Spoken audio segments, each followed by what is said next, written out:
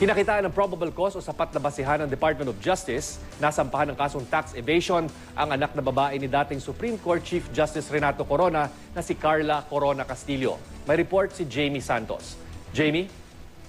Sino ay narekomenda ngayon ng Department of Justice ang pagsasampa ng tax evasion sa Court of Tax Appeals laban sa anak ni dating Chief Justice Renato Corona na si Carla Corona Castillo.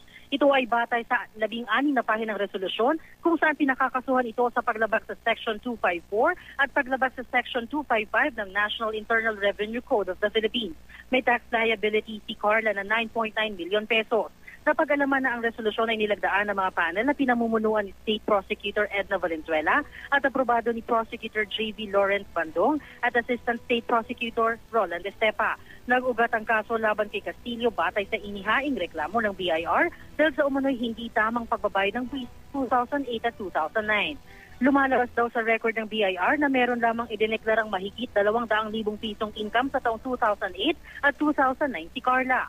Pero base sa investigasyon ng BIR, nakabili si Carla ng mga ari-arian na umaabot sa milyong pisong halaga sa isang exclusive subdivision sa Quezon City na nagkakahalaga ng 18 million pesos noong taong 2010. Sa kaparehas na taon, hindi nagdeklara ng ITR si Carla at di nakapagbayad ng kaukulang buwis.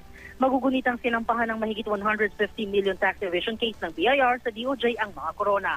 At yan ang latest mula dito sa Department of Justice. Balik sa Chino. Maraming salamat, Jamie Santos.